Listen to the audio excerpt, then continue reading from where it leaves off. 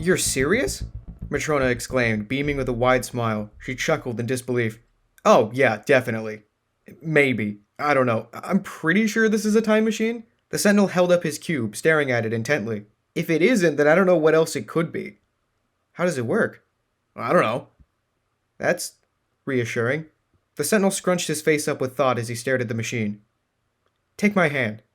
The Sentinel held out his hand. Matrona placed hers in his, and the machine flashed violently, and they vanished. They reappeared in an instant as the Sentinel turned to Matrona in a metallic corridor. The air was thin and cold. Okay, easy. That's how it works. He looked around.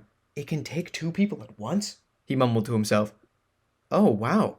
Matrona looked around, happy, but not too surprised. Her awe was that of relief. I can't believe it. So, you must have had a place in mind? Where are we? The Sentinel looked around. He found a window. Looking out the thick quadruple-pane glass, all he could see was darkness. After further inspection, he realized, Matrona?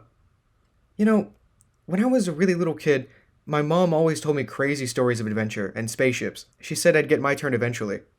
We're in a spaceship? Worry overcame the Sentinel. Why is that the first place you think of? Is it safe? It's a time machine. It's hard to think of somewhere not cool. My first trip was to my own supply closet. Well, I didn't think of a dangerous spaceship if that's what you're getting at. I'm not stupid. As if that would guarantee anything. The Sentinel looked around in awe, somewhat fearfully. He was sure that his machine let him time travel, and not only that, they'd completely moved location. Matrona didn't seem fazed by it at all. We should leave. The Sentinel grabbed Matrona by the arm, but they were interrupted before they could flash away to safety. Put your hands up, Sentinel. An astronaut shouted, pointing an alien pistol at the Sentinel. The astronaut stood there, taller than the Sentinel. Her dark brown hair dropped over her shoulder pads of her body-fitting spacesuit. Her face was slim, her eyes a piercing black. The gun she pointed toward the Sentinel was mostly black and lined on the sides with glowing fluorescent blue strips of light. She gestured toward the ground, and the Sentinel calmly put down his time machine. Faced with the gun nozzle inches from his face, he and Matrona put their hands up high. Why are you here? The astronaut asked. Why now? Are you trying to stop me? I just got a new toy. Just wanted to test it out is all. The Sentinel gestured with a tap of his foot toward the time machine on the floor. You're trespassing on Canadian Space Agency property, Sentinel. The astronaut lowered her pistol and attached it to her side. It clicked onto another identical pistol, combining the two and transforming it into a rifle. Yeah, well, to be fair, I didn't know that. Also, until recently, I didn't even know my own name. In fact, I just made it up right now. I did, actually, Matrona interjected. And yet, you know it. The astronaut took a step back. Damn. That's a time machine, yeah? The astronaut gestured toward the cube. Sure is, don't act too surprised, the Sentinel murmured sarcastically. I've met you before, Sentinel, but you haven't met me yet. I thought we could do some catching up, but I guess you really are gone. What does that mean? You're a newbie, so you really shouldn't be here. CSA ASC sent me on a pretty risky mission. Sounds fun, Matrona smiled, looking at the Sentinel. Can we stay? This was supposed to be a quick test. But, Matrona argued, no, it's not a choice. The two of you need to leave. The astronaut turned around. Black hole traversal is a dangerous task. I'm sorry, what? The Sentinel asked while leaning over to pick up his machine. Black hole traversal. The astronaut repeated herself. Impossible. Well, I'm the pilot, so... The astronaut smirked, knowingly. Plus, I'm not going through it, just around it. You can't outrun the event horizon, the Sentinel argued. Okay, now we need to stay just to see this. How is this even possible? Matrona asked. The Sentinel frowned, excited though cautious, as he followed the astronaut to the cockpit, looking out of the thick glass and staring into the center of a massive black hole. That's what we're testing, the astronaut explained. It's our first run. What? You mean you haven't done this before? The Sentinel asked. Of course not. Everyone says it's impossible. Well, of course they have been, because it is. Are you trying to kill yourself? This is crazy. Sentinel, the astronaut flinched. It's fine. This rocket is specially designed for this mission. We've done the math. The astronaut fell onto the control panel as a comet being pulled by the black hole's force sideswiped the rocket ship. The Sentinel and Matrona fell to the floor. The astronaut caught herself. Shit. Did you account for chaos? The Sentinel yelled. You can't predict something this unstable with math. The ship shook with another impact. The astronaut looked over the control panel. You distracted me. So you didn't account for chaos. The Sentinel crossed his arms. We didn't account for time travelers in our equations. You're right. My bad. That's on me. The astronaut said sarcastically. Matrona stared with wide eyes out of the window at the approaching black hole. Time distorted like waves of a mirage outside the canopy of the ship as debris rushed by.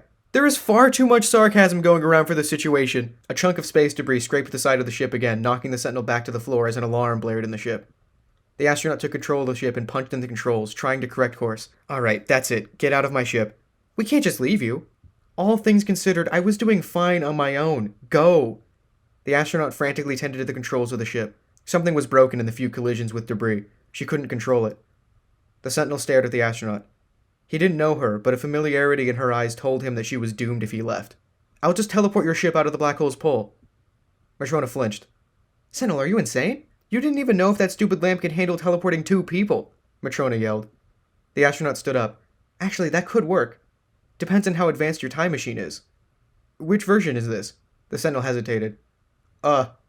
It's the first one, isn't it? The Sentinel gave the astronaut a quick nod and walked over to the broken control panel. He tore an entire section of the control panel off and tossed it aside, surprised at his own strength. He nestled the time machine in the exposed wiring and twisted a few of the circular panels on the machine. All right, let's hope this works. The Sentinel slammed his hand on the center circle and held his breath. Sparks flew and the lights of the ship flickered as they drew closer and closer to the black hole. The time machine struggled to teleport the ship away. The Sentinel was thinking of Earth, attempting to get the machine to teleport him there, but the time machine sent sparks flying directly at him. With a vague location and muddled time, its processor short-circuited. The spaceship vanished from space and time and appeared just above Earth's atmosphere. The ship lost its mechanical hum, and the Sentinel's machine lost its glow. The sudden flash of blue sky blinded the astronaut, the Sentinel, and Matrona as it quickly replaced the darkness of deep space. It worked! The Sentinel yelled. They tried to reorient themselves as they descended. The ship pointed almost directly downwards. They stayed suspended for a moment, and all they could make out was a blur of green. A moment of confusion later, they realized they were falling towards the planet, and the floor of the ship was no longer beneath them. They were slowly lifting off of the floor as the spaceship began speeding toward the planet. Get it to work again! The astronaut yelled. The Sentinel tried frantically to rearrange the mess of wires he had created, but only a single spark came from the time machine. Stupid lamp, he muttered under his breath. The astronaut clenched her fist and closed her eyes, almost as if a spike of pain shot up her back. A burst of energy exploded underneath the ship, boosting upwards, leveling it out. The Sentinel looked out of the window and saw the same familiar purple flames. He stared, completely awestruck. He shook himself and ripped the machine from the ship's panel. Then another explosion underneath the ship leveled them. The ground grew closer and closer with no sign of slowing. Brace yourselves, the Sentinel yelled. The ship slammed hard against the muddy ground, sliding far before stopping on a thick tree. A few seconds after the rough landing, the dust settled. Coughing, the astronaut stood up. So much for saving the riptide, she remarked. Where are we? Earth, I hope, the Sentinel said as he tried to open the door. It wouldn't budge. He rammed his shoulder into it, popping it off and sending it flying into the mud below. The Sentinel, Matrona, and the astronaut walked out of the ship. They looked around. They seemed to be in some sort of swampy forest. Mangled ferns crept up the bases of thick trees. The scorching hot sun beamed on the group. They squinted at the strange scene, unsure of their safety. A putrid smell filled the air and stung at their noses. The buzzing of large flies filled their ears. Sentinel? Matrona said. She had noticed something bizarre on the ground. What is it? Look down. The Sentinel looked at his feet. An indentation in the mud surrounded him. 3 points in a large circular dent. It looked to be the footprint of a rather large dinosaur. Oh, cool! So good news is that we're definitely on Earth. The bad news... Well, come on, we could just teleport away. The riptide's totaled anyway. The astronaut was exhausted and just wanted to go home. She dusted herself off. I'll come back for it later. One problem. The Sentinel smacked his time machine a few times. It flickered with each hit. Out of charge. We're stuck here. There was nothing in the blueprints about power usage. This was supposed to be a quick test. That thing can lose charge? The astronaut asked. That wasn't a problem when I knew you. Well, I'm seeing now that it could be an issue. I'll get around to fixing it, the Sentinel said. Guys, can we please stop talking and find a way out of here? Matrona complained. That's a dinosaur footprint. I'm not trying to be monster food. Come on, they're not monsters. The Sentinel paced around. They're animals suited for their time. We're the monsters in this place. He continued pacing. I'm sure there's a way we can salvage parts from the riptide to charge this stupid lamp somehow. Probably, the astronaut agreed. But I'm not sure how safe it is to stay here. I'll agree with Matrona on that. Just because we're in a place where there are dinosaurs doesn't mean we'll see one, the Sentinel said. It's not like you enter a forest and boom, a bear shows up. The astronaut and Matrona froze and stared ahead behind the Sentinel. The Sentinel stopped pacing. He turned around. Ahead of him, a large carcass sank into the mud. Ribs protruded from the stinky flesh of whatever poor creature had been killed at the edge of the forest tree line. Ah, so that's what the smell is, the Sentinel said. He was primed to make some sort of snarky remark about it, but stopped when he realized that's not what the astronaut and Matrona were looking at. The Sentinel's eyes followed the buzzing flies above the carcass to the wall of blood-stained scales that stared him down. The thick reptilian skin was framed by tiny hair-like feathers. It was hard not to recognize the mangled and scaly face of an old and battered Tyrannosaurus Rex. Oh, the Sentinel stepped back. I'd prefer a bear. Sentinel, Matrona snapped. Now is not the time. She tried to be quiet with her scolding. The Sentinel and the T-Rex were locked in a staring contest. The looming creature stepped from the trees over its meal. The Sentinel stepped back. He looked past the carcass and saw a rather large bush nestled between two rocks. He turned around and looked at Matrona and the astronaut. He gestured with his head towards the astronaut's crashed ship, the Riptide. The T-Rex let out a low, rumbling call, trying to intimidate the Sentinel. The Sentinel ran toward the T-Rex as Matrona and the astronaut ran into the Riptide to hide. The Sentinel distracted the beast as he ran past it. It lowered its head and snapped with a surprisingly quick movement. It turned around slowly to follow the Sentinel as he ran toward the carcass. The T-Rex's slow turn allowed the Sentinel some time, but its running speed caught up with him. Matrona and the astronaut watched from inside the wreckage. "What the hell is he doing?" Matrona asked, being stupid. The Sentinel leapt over the carcass, stepping in it. His foot squished into the rotting meat. He tripped and rolled into the bush between the rocks. The T-Rex caught up. It lowered its head to the Sentinel's level and pushed its snout between the rocks. It snapped its mouth, pushing out gaseous and noxious-smelling breath. The rocks stopped the creature from getting a hold of the Sentinel. The Sentinel tried to conserve his breath. He plugged his nose while he was at it. He had a plan that hinged on his theoretical understanding of time travel. He closed his eyes, anticipating disappointment and then a swift death in the jaws of an ancient apex predator. He turned around, and behind him, hidden deep in the bush, was a strange machine and an odd-looking pistol. Exactly what he envisioned before leaping into the bush. He plugged the small machine into his time machine. He pointed the strange gun at the T-Rex and shot it, causing the entire creature to burst into flames for only a few moments before it disintegrated into diamond dust in a matter of seconds. Matrona yelled from the ship, "How?" The Sentinel caught his breath and smiled. He walked out of the bush and around the carcass, nonchalantly making his way back to the Riptide. "That was amazing," Matrona said, "but we're still stuck here with a dead time machine." The Sentinel smiled, excited to tell them how flawlessly his plan played out. "Oh, I got that covered. I'm surprised no one asked where I got this gun or this thing." He gestured to the small machine in his hands, plugged into the time machine. Out of breath, and still not quite believing that his plan actually worked. "You see, when I was on my way to that bush, I thought, wouldn't it be cool if we lived? Living is always cool. So then I thought, well, how could I single-handedly save us all? I could use a weapon right about now. That'd be nice. Then I thought, what would I do if I did live? Well, for one, I would need to charge this sorry excuse for a lamp. So then I look over and what do you know? There's a carbon disintegration gun and a charger." "Yeah, but how did they get there?" Matrona asked, glad to hear of the charger, which the Sentinel was using to charge the time machine while he was talking. When the time machine finished charging, the Sentinel used it and flashed away. Matrona and the astronaut shared a confused look with each other in the moment the Sentinel was gone. The Sentinel flashed back into view. "So then I thought," he continued his explanation right where he left off, "well, there's one of two ways these man-made items are under a bush millions of years before humans can make a laser gun and a charger for a time machine. Possibility 1. Dinosaurs are way smarter than we thought. Possibility 2. I lived and used the charger on the time machine so that I could go back to the lab and make the exact charger and laser gun, then go back to before we crashed to place the items under the bush, thus making them the past versions of the thing I used to save myself, to then create the things that would become the things I used to save myself."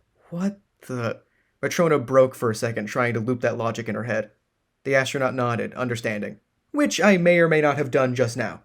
I don't know about you, but I think possibility 2 is much more convincing." The Sentinel put his hand up for a high five, and disappointedly put it down when neither the astronaut nor Matrona high-fived him. The astronaut eyed the Sentinel. He seemed clean. "And you found time to take a shower and wash your clothes?" "Presentation is key." The astronaut chuckled, exhausted. "Okay. Take me home. I'll come back for the ship later." The astronaut put her hand out. The Sentinel raised a brow. "You're able to get back to..." He looked around. "Dinosaur times? I know a certain time traveler who'd be willing to help." The astronaut smirked. The Sentinel placed his hand on hers, and Matrona put hers on theirs. The Sentinel held the time machine, and they all flashed away. They dropped the astronaut back at her own time, and the Sentinel and Matrona returned home. "We never got that nice astronaut's name," Matrona realized aloud. "Cool quick test of a time machine, though. Not what I had in mind for my afternoon." "We'll see her again sometime. Hopefully under less stressful circumstances." The Sentinel looked down at his time machine. He tossed it around, held it against his head, and inhaled deeply. "Unless... we almost killed her." "What do you mean?" "She was doing fine until we showed up." "Don't blame me. I wasn't going to. It is your fault, but that's not my point. I should probably destroy this now that I'm thinking about it. The Sentinel tossed the time machine in his hands, catching it, tossing it, thinking. What? Matrona yelled. But I waited. This stupid time-traveling box is way too much responsibility for me. I feel like I was just born. I don't know anything. I don't think I could handle all this. I don't think I'm the guy for the job. At least not yet. So why destroy it? I shouldn't just have a time machine just lying around in the meantime. That's asking for trouble. You were chosen to protect the world from anything that might come in its way. The blueprints for this machine were given to you to help fill a purpose. You were chosen for a reason, Sentinel, Matrona protested. Maybe I'm the right guy at the wrong time. The Sentinel leaned against a wall and slid down to the ground. I need to think about it. We should order lunch. What is there to think about? The Sentinel looked up. You know what? I just thought of something. Matrona tilted her head in confusion. I should talk to the guy who gave me the blueprints. But do you even know who... The Sentinel flashed away, leaving Matrona in the lab, alone.